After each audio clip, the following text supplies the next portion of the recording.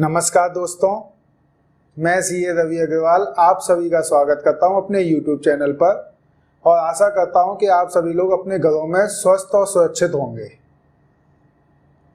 आज मैं आपसे इंटरेस्ट ऑन जीएसटी के ऊपर चर्चा करूंगा। असल में जीएसटी एक्ट में एक प्रावधान है सेक्शन 50 के अंतर्गत कि अगर आप कोई अपना जीएसटी लायबिलिटी किसी मंथ का लेट डिपॉजिट करते हैं, लेट पेमेंट करते हैं, तो आपको उसके ऊपर पीरियड ऑफ डिले के हिसाब से जितने दिन आपने डिले किया 18% पर एनम के हिसाब से आपको ब्याज देना होता है। अब इसमें जो एक्ट में प्रोविजन है वो था GST liability, gross GST liability. जब ये स्टार्टिंग में आया तो कई जगह इसी प्रोविजन को चैलेंज हुआ। असल में मैं आपको एक एग्जांपल देता हूं कि ये ग्रॉस और नेट का क्या चक्कर है। एग्जाम्पल है कि अगर आपने जो भी माल बेचा, कुछ भी माल बेचा या सर्विसेज दी, उसके ऊपर जीएसटी लायबिलिटी आपकी 1 लाख रुपीज की आई और आपके पास कुछ इनपुट्स हैं। इनपुट आपके पास जो है उसकी आपके पास वैल्यू आई 90,000 किसी एक पर्टिकुलर मंथ की, मतलब आपको केवल 10,000 देने हैं। अब आपके हिसाब से जब 10,000 देने हैं, अब गवर्नमेंट ने इंटरेस्ट के लिए बोला तो आपने बोला कि 10,000 रुपए देने थे, मैंने डिले कर दिया तो मुझसे 10,000 के ऊपर ब्याज ले लो। लेकिन गवर्नमेंट ने कहा कि नहीं जी, हम 1 लाख पे ब्याज लेंगे। अब यहाँ पे एक डिस्प्यूट पड़ गया जिसकी वजह से कई जगह ये सेक्शन चैलेंज भी हुआ।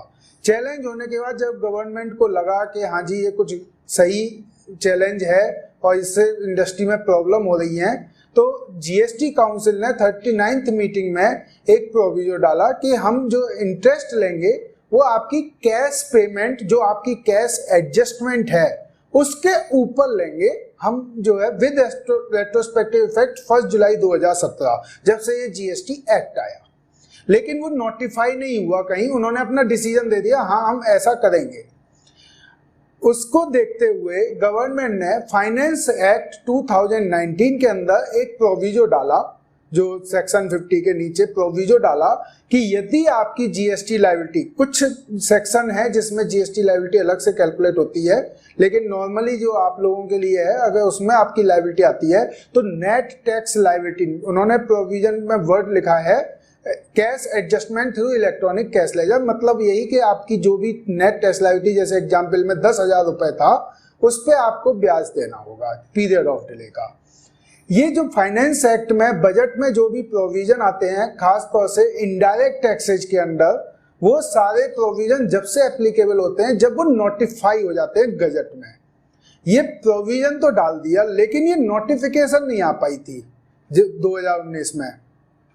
फाइनली 25 अगस्त 2020 में सीबीआईसी ने एक नोटिफिकेशन जारी की, फाइनेंस मिनिस्ट्री ने, और उसमें ये प्रोविजो एप्लीकेबल कर दिया। लेकिन इसकी डेट थी विद इफेक्ट फ्रॉम 1 सितंबर 2020, मतलब सितंबर 2020 के बाद की कोई भी रिटर्न होगी, सितंबर 2020 की रिटर्न जाएगी 20 अक्टूबर को, अगर उसमें अगर आपका कोई डिले होगा तो आपको नेट टैक्स लायबिलिटी के लिए देना है। अगेन वही प्रॉब्लम, सितंबर 2020 के बाद तो चलो जी राहत हो गई, लेकिन सितंबर 2020 से पहले उसका क्या? तो जब ये क्वेश्चन दोबारा पहुंचा तो मिनिस्ट्री ने बोला हाँ जी हम आपकी प्रॉब्लम समझ सकते हैं, आपको पूरा फायदा दिया जाएगा। एक ट्वीट करके कहा कि कुछ टेक्निकल प्रॉब्लम्स हैं, हम वो टेक्निकल प्रॉब्लम्स की वजह से डेट चेंज नहीं कर सकते, सिस्टम जनरेटेड डेट आपकी 1 सितंबर 2020 ही रहेगी, उससे पहले नहीं जा सकती। लेकिन आपको कोई नोटिस नहीं आएगा, आपको फालतू में प्रॉब्लम्स नहीं होंगी, ये हम एश्योरेंस देते हैं।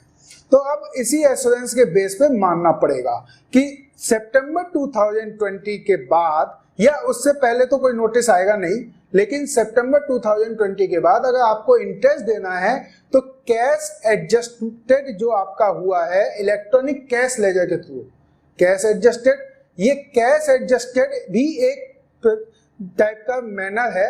एक्चुअली क्या है कि कई सारे एसएससीज हैं जिनको प्रॉब्लम होती है इस चीज को समझने में।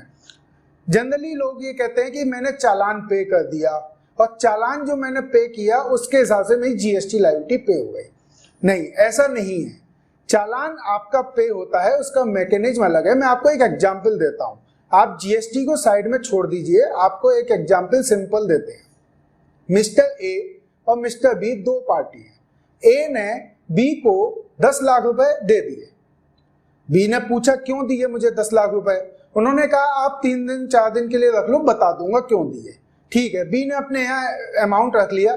अब ए के पास ऑप्शन है, या तो वो बी से कुछ सामान वगैरह ले ले या वो पैसे वापस ले ले। ये ऑप्शन बी ने उसको दे रखी है। 3 दिन बाद मिस्टर ए जाते हैं बी के पास कि मुझे 9,50,000 रुपए का सामान चाहिए। 9,50,000 रुपए का सामान बी ने उनको दे दिया। पेमेंट के बारे में पूछने पर ए ने कहा कि आप उस 10 लाख रुपए में से एडजस्ट कर दो। उन्होंने एडजस्ट कर दिया। अब 50,000 रुपए ए के बचे। 50,000 रुपए के लिए ए के पास अगेन वही ऑप्शन है, चाहे तो वो आगे फिर से सामान ले सकते हैं या फिर पैसे वापस ले सकते हैं। यही मैकेनिज्म गवर्नमेंट ने अपनाया हुआ है। गवर्नमेंट जब भी आप कोई चालान पे करते हो, गवर्नमेंट उसको एक इलेक्ट्रॉनिक कैश लेजर में डाल देते हैं। इलेक्ट्रॉनिक कैश लेजर का मतलब है कि आपका पैसा उनके पास रिजर्व हो गया, बट आप उसमें से कभी भी पैसा वापस ले सकते हो। ये आप ही का पैसा है, आप अपना रिफंड क्लेम कीजिए, आप पैसा वापस ले लीजिए। That is not your government. ये आप ही का पैसा है, आपके गवर्नमेंट का नहीं है। तो ये जो कैश लेजर का पैसा था, अब आप जो है 20 तारीख को कुछ चालान पे करते हो, चला गया कैश लेजर में। गवर्नमेंट ने कहा हाँ जी इसका क्या करना है, आपने कहा ये पैसे मैंने जमा कर दिए, ठीक है। लेकिन आप 23 तारीख को आफ्टर ड्यू डेट 3 दिन बाद आप अपनी रिटर्न फाइल करते हो। 9.5 लाख रुपए की आपकी लायबिलिटी बनती है। 9.5 लाख रुपए की अगर लायबिलिटी बनी तो आपने बोला कि आप इस 10 लाख में से एडजस्ट कर दो। गवर्नमेंट ने एडजस्ट कर दिए।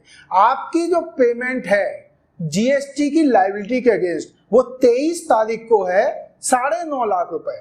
आपने बेशक से 20 तारीख को 10 लाख रुपए पे कर दिए, बट आपने जो है एडजस्टमेंट कराई है 9.5 लाख रुपए की।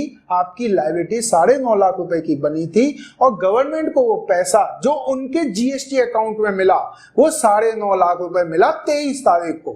आपको ब्याज देना है 9.5 लाख रुपए पे। 10 लाख रुपए में भी ब्याज नहीं देना, क्योंकि आपने 10 लाख रुपए अपना केवल चालान पे किया था, आपकी लायबिलिटी नहीं थी। लायबिलिटी आपकी 9.5 लाख थी। कैश एडजस्टेड 9.5 लाख रुपए से हुआ है। तो 9.5 लाख रुपए आपका कैश एडजस्टेड है। कैश बैलेंस में कई बार ऐसा भी होता है कि आपके चालान नहीं पे होते, आपको टीडीएस क्रेडिट मिलता है, आपको टीसीएस मिलता है, वो सब भी जाकर के कैश लेजर में इकट्ठे होते हैं। अगर आप अपनी जीएसटी लायबिलिटी उस कैश से भी एडजस्ट करेंगे और वो आफ्टर डेट करेंगे, ड्यू डेट करेंगे, तो उसके ऊपर भी आपको ब्याज देना होगा। भले ही आप ये कह सकते हैं कि मेरे को तो कोई पैसा नहीं देना पड़ा, लेकिन आपके कैश लेजर से एडजस्ट हुआ है। एडजस्टेड बाई कैश लेजर, भले ही आप उसको 2 महीने पहले जमा करके रखो या उसी दिन जमा करो, उससे कोई फर्क नहीं पड़ता। कैश लेजर का बैलेंस आप कभी भी रिफंड अप्लाई कर सकते हैं, इट इज योर मनी। लेकिन गवर्नमेंट ने इसीलिए ये प्रोविजन में डाला है, on the amount debited bye electronic cash ledger. जो अमाउंट वहां से डेबिट होगा, जो अमाउंट वहां से आप एडजस्ट करेंगे, उसके ऊपर हम ब्याज देंगे। That is the net tax liability paid through cash. आशा करता हूं दोस्तों कि ये वीडियो आपको सही तरह से समझ में आई होगी, और अगर आपको ये वीडियो हमारी पसंद आती है तो इसको लाइक कीजिए, ज्यादा से ज्यादा शेयर कीजिए। अगर आपकी कोई क्वेरी है तो आप इसमें नीचे कमेंट में बॉक्स में लिखकर भेज सकते हैं। आप अधिक वीडियो पाने के लिए इसको सब्सक्राइब कर सकते हैं। अगर आपकी कोई टैक्सेशन से रिलेटेड, जीएसटी इनकम टैक्स से रिलेटेड तो क्वेरी है, तो नीचे दिए गए व्हाट्सएप नंबर पे आप मैसेज टाइप करके भेज सकते हैं। आपकी क्वेरीज का समाधान किया जाएगा।